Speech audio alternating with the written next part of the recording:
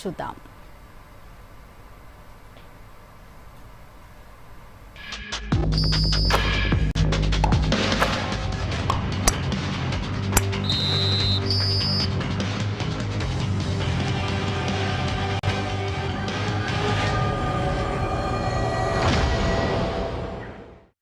Retirement నుంచి తిరిగి వచ్చిన భారత స్టార్ ఫుట్బాలర్ సునీల్ ఛెత్రి మెరిశాడు.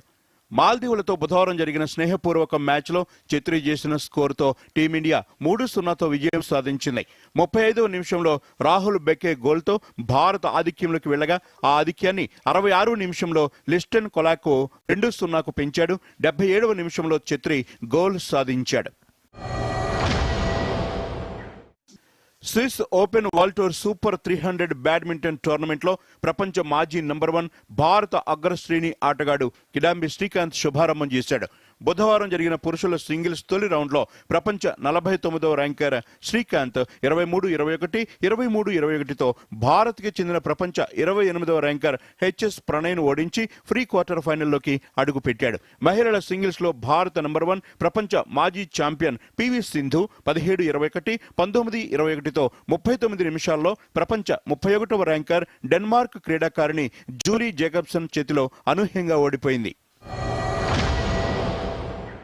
ఈ ఏడాది తన అద్భుతమైన ఫామ్ను కొనసాగిస్తూ Russia teenage tennis star Mira ఆంద్రియేవా రెండో టైటిల్ను హస్తగతం చేసుకుంది. ఇండియన్ వెల్స్ ఓపెన్ 1000 టోర్నీలో ఛాంపియన్గా అవతరించింది. ఆదివారం జరిగిన మహిళల సింగిల్స్ ఫైనల్లో 17 ఏళ్ల ఆంద్రియేవా 2-6, 6-4, 6-3తో ప్రపంచ నంబర్ 1 టాప్ సీడ్ బెలారస్ క్రీడాకారిణి అరీనా సబలెంకాను బోల్తా కొట్టించింది. ఈ విజయంతో 5 స్థానాలు ఎగబాకిన ఆంద్రియేవా 6వ ర్యాంకును అందుకుంది. న్యూజిలాండ్ పర్యటనలో పాకిస్తాన్ పేలవమైన ప్రదర్శన కొనసాగుతోంది. మంగళవారం పాకిస్తాన్ న్యూజిలాండ్ మధ్య జరిగిన రెండో టీ20 వర్షం కారణంగా ఆలస్యంగా ప్రారంభమైంది. దీంతో మ్యాచ్ను 15 ఓవర్లకు కుదించారు. టాస్ గెలిచిన న్యూజిలాండ్ కెప్టెన్ మైఖేల్ బ్రేస్వెల్ పాకిస్తాన్ను ముందుగా బ్యాటింగ్కు ఆహ్వానించాడు. 15 ఓవర్లలో పాకిస్తాన్ జట్టు 9 వికెట్లు కోల్పోయి 135 పరుగులు మాత్రమే చేయగలిగింది. 136 పరుగుల లక్ష్యాన్ని ఛేదించే క్రమంలో న్యూజిలాండ్ జట్టు టిమ్ సీఫెట్, ఫిన్ ఎల్లెన్ 66 పరుగుల భాగస్వామ్యంతో మంచి ఆరంభాన్ని అందించారు. ఆతిథ్య జట్టు కివీస్ 11 బంతులు మిగిలి ఉండగానే 5 వికెట్ల తేడాతో పాకిస్తాన్ ఓడించింది. దీంతో 5 మ్యాచ్ల సిరీస్లో పాకిస్తాన్ జట్టు 0-2 తేడాతో వెనుకబడిపోయింది. కబడ్డీ ప్రపంచ కప్లో డిఫెండింగ్ ఛాంపియన్గా బరిలోకి దిగిన భారత జట్టు రెండో విజయం ఖాతాలో వేసుకుంది. ఇంగ్లాండ్ వేదికగా జరుగుతున్న ఈ మెగా టోర్నీలో భారత జట్టు హాంకాంగ్పై ఘన విజయం సాధించింది. పూర్తి ఏకపక్షంగా సాగిన పోరులో భారత్ 73-21 పాయింట్ల తేడాతో హాంకాంగ్పై గెలుపొందింది.